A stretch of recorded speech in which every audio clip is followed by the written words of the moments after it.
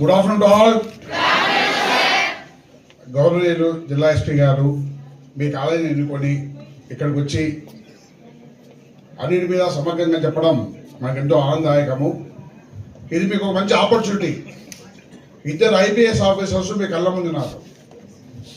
కరెక్ట్గా ఎడ్యుకేషన్ను కరెక్ట్ టయాన్ని సద్వినియోగం చేసుకుంటే లైఫ్లో ఏ స్థాయిలో డెవలప్ కావచ్చు అనేది మీ కళ్ళ ముందు ఉన్నారు ఆఫీసర్స్. మీరందరూ స్ఫూర్తిగా తీసుకొని వ్యసనాలకు దూరంగా డ్రగ్స్ ప్రపంచాన్ని భారతదేశాన్ని ప్రయాణం చేస్తూ డ్రగ్స్ దూరంగా ఉండాలని కోరుకుంటూ, డ్రగ్స్ మీ ఇంట్లోకి సర్వ్ చేస్తారా? వాయిస్ తక్కువగా ఉంది. మీ కాలేజీలకు సర్వ్ చేస్తారా? ఎవడదా మన కాలేజీ డ్రగ్ తెచ్చేవాడు? క్వశ్చన్ చేయలేడా? ప్రతి ఒక్కరూ జీవితంలో గట్టిగా డిసైడ్ చేసుకోండి. నేను డ్రగ్స్కు దూరంగా ఉంటాను, నా కుటుంబాన్ని దూరంగా ఉంచుతాను, నా ఫ్రెండ్స్ను, నా సన్నిహితులను, నా పరిసరాలను దూరంగా ఉంచుతాను.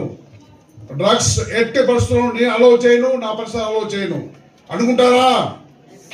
ఏ వాయిస్ స్లోగా ఉంది? గట్టిగా ప్రశ్న చేయండి. డెఫినెట్గా మీకు దూరంగా వెళ్ళిపోతారు. ప్రతి ఒక్కటి ప్రశ్నించే వ్యక్తులను చోట అవినీతి కావచ్చు, డ్రగ్స్ కావచ్చు, అలసత్వం కానీ ఏది ఉండదు.